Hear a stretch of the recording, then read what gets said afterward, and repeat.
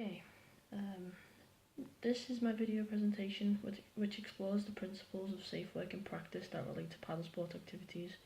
We'll also give some examples of my practice during my paddle sport practical sessions. Before a practical session can be followed through, careful planning and preparation must be completed to provide a safe and fun sense of adventure during the activity. The coach has to gain approval from the head of establishment before the activity is set out. A number of things have to be arranged, such as staff roles, nature of administration, financial arrangements if any is needed. Also the initial preparation, which would be to outline your plan, where you are going to do the paddle sports, the dates of activity and if there are any special considerations to take into account. Risk assessments will also be need to carried out before going to the activity location, outlining any hazards that could happen on the day and the control measures to ensure the hazards outlined do not happen, obviously. All risk assessments should be shown to any member of staff involved in the activity and any heads of establishment that you had to go to, so the activity could take place. All administrative and financial arrangements finalised, including contingency arrangements, role of coordinator established and contact arrangements confirmed. If any accommodation will be needed and get transport, such as with our Friday practical sessions, kayaking and canoeing, we need the college minibus to take us and the trailer with the canoes and kayaks onto our destinations, such as when we went to the River Dee or Ormskirk Canal or any of, such as like the Liverpool docks and stuff.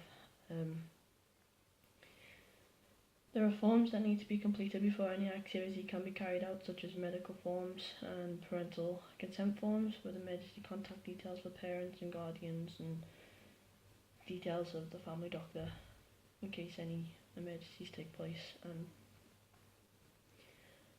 the coach must take into account the age range of the group when planning the activity, the experience of the group and the aims of the session. In paddle sports, you'll need appropriate kit, such as a kayak or a canoe, obviously, spare paddle possibly, a spray deck if you're in a kayak, a buoyancy aid, a wetsuit, footwear, a waterproof jacket, synthetic base layer shirt, first aid kit. Usually the coach will have first aid kit.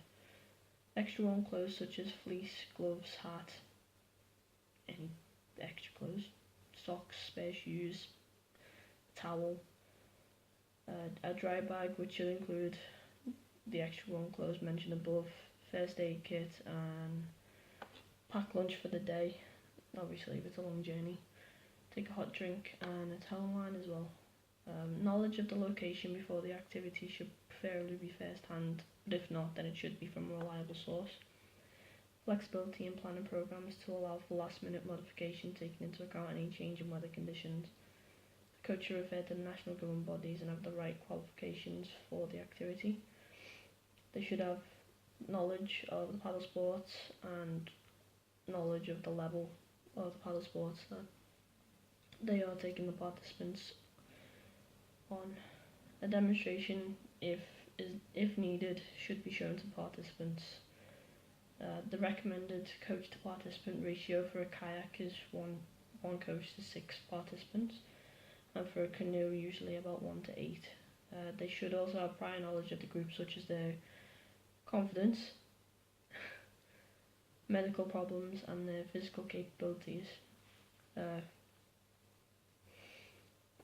Remember to notify people of your location, such as other coaches or head of administration, or in this instance like other tutors in the university, and so on and so forth.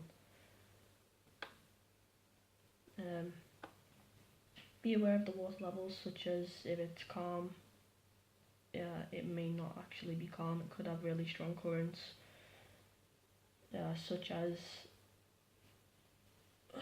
it could actually like pull you away from the group, which is not good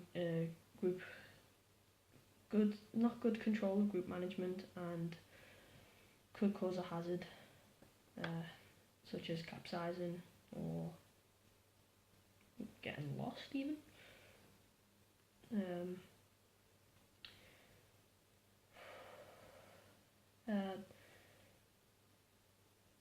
Local knowledge when going to any location should be pursued and caution exercised, obviously.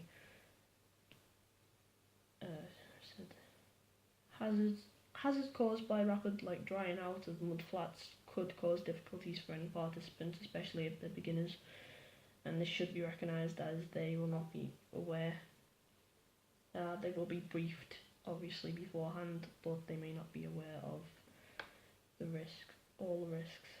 The coach should have really good group management by making sure everyone is well aware of the situation, giving them instructions on how to get out of sticky situations but with problem solving, such as giving them questions and how they can overcome it independently instead of spoon feeding them the answers, like what happened with me and Tara in our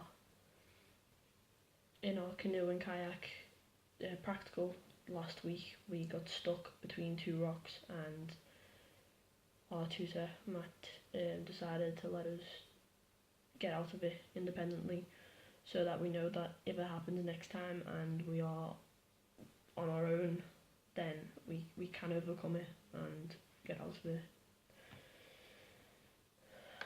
Emergency procedures have to be shown, such as having a first aider present on the activity at all times, first aid box with the first aider obviously, have a radio or mobile with emergency contacts on, and obviously being able to reach emergency services if need be. They should also know of any medical issues any participants may have, and all participants must have the required skill for the level of paddle sports they are attending. If an incident or accident occurs, quick appropriate action is required to minimise any harm, injury or damage to participants and the property. All accidents need to be written down on an accident form, and also any near misses need to be recorded for insurance reasons. And to facilitate this, everyone should be completely briefed on the activity, the appropriate use of all equipment, and given informative instruction before and throughout for anyone needing help during the activity. But obviously, such as before, stating that if you have a problem, then it has to be independent, otherwise you won't overcome the fear. If anyone has any fears, also take that into account. Individuals in the group need to be identified, detailed plan needs to be finalised, including all contingency arrangements and base contacts. All plans should be within the safety policy during activity, and any educational benefits that were prepared before the activity should be identified to participants, helping them if, for instance, they have assignments such as this in outdoor adventure. Make sure during the activity everyone is aware of what they are doing and that they are doing it correctly. If not, give them the correct instructions to get back on track. Make sure that all control measures are in place. When the activity is over, everyone must be debriefed on the activity, asked about what they thought their strengths and weaknesses were during the activity. All practical arrangements must be reviewed, and if any accidents or near misses happened, then the reports must be filled out when getting back to the university or something. The coach and any other staff member who took part should then reflect on how the activity went, what everyone's strengths and weaknesses were, how they can improve for the next activity when they next do water sport practical session. R2, Matt and Mark, whenever we have a practical session on Friday, we get briefed and debriefed on our strengths and weaknesses, and are then able to overcome the weaknesses for next time and improve our strengths on the next practical session. When we return to college, we return all of our equipment and wash it if need be. The coach should reflect on the things that had happened throughout the day, such as Matt and Mark always reflect when they are in the minibus going back to college. That's about it. Okay, 9 minutes 25. Done. Okay, bye.